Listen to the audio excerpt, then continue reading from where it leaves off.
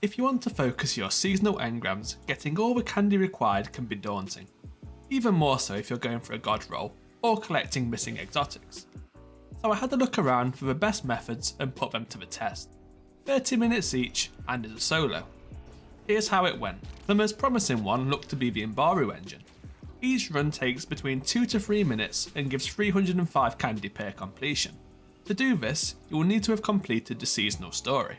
What I didn't know is that each run, the correct doors in the navigation section are always the same, meaning you can simply memorise the order and repeat. The order going from left to right is: first, door number 2, activate the arc symbol. Next, door number 5, activate the solar symbol. Afterwards, door number 4, activate the void symbol. And finally, door number 7, activate the solar symbol. I used a hard light for this, as it has access to all the light elements needed, and Strand Hunter with an eager edge sword to get through the traversal section of the mission as quickly as possible. After 30 minutes, I had gone from a starting 1019 candy to 4069, a total of 3050. The pros were it's rarely quick candy, which will probably be quite hard to beat. The cons are it's quite dull, and you get nothing else for your time. It's definitely a Netflix second monitor kind of activity. Afterwards, I went to the EDZ and tried the method of as many public events as possible. Heroic public events give 210 candy per completion, while regular events give 180. Here's what you want to do to make it worth your time. Complete any event as quickly as possible. If normal is much faster than heroic, just do that. And then reload into the same area. With a bit of luck, you'll be put into another instance where the event is still active. And you'll be able to double dip or even triple dip the rewards and the candy. This method has a little bit more variation than the previous, but the EDZ is the best location for always having an event active or one in the next few minutes. Some events are faster than the others too. The falling mining drill can be a bit of a drag, but it's still worth it if there's nothing else active. Within the 30 minutes here, I went from 4069 candy to 5819, a total of 1750.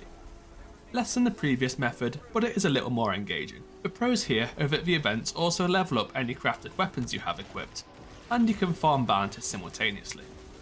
Cons are it's still rather unrewarding content, and there will be some variation, especially if you don't manage to double dip, which I did with most of the events here. And next I wanted to try running haunted sectors, since this is where you get the engrams to focus anyway. I wanted to see what the ratio is of engrams to candy.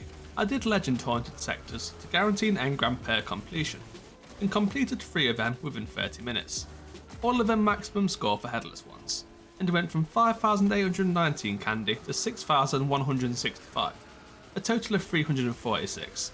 Yep, this is pretty terrible for candy. The headless ones might look like they drop a lot, but it really doesn't add up to much. And so if you do want to focus engrams, you will need to do a lot more than just a Halloween event. The candy provided doesn't even come near the amount you need to focus engrams. The previous 2 methods mentioned were the best I could find, and they work well if you just need the candy. But what I will say is if you want something from another activity, like Nightfall rewards, trials weapons, even Gambit, these activities do give decent candy on completion, around 250 each time, but will vary in length and not be as effective in raw candy as the previous farms. But if you were going to take part in them regardless, this candy is effectively 0 time cost. Finally, a few miscellaneous tips. You can also climb a tree in the tower on every character per week, 250 candy for free. Also, pick up and complete as many Halloween bounties as possible. These all reward candy, the weekly ones being the most bang for your buck. And finally, if you're not looking for any Halloween weapon rolls or any exotics, you don't need to collect candy. Instead, just focus the engram as they are, and this can give any loot from the table, and even a new memento. Thank you for watching.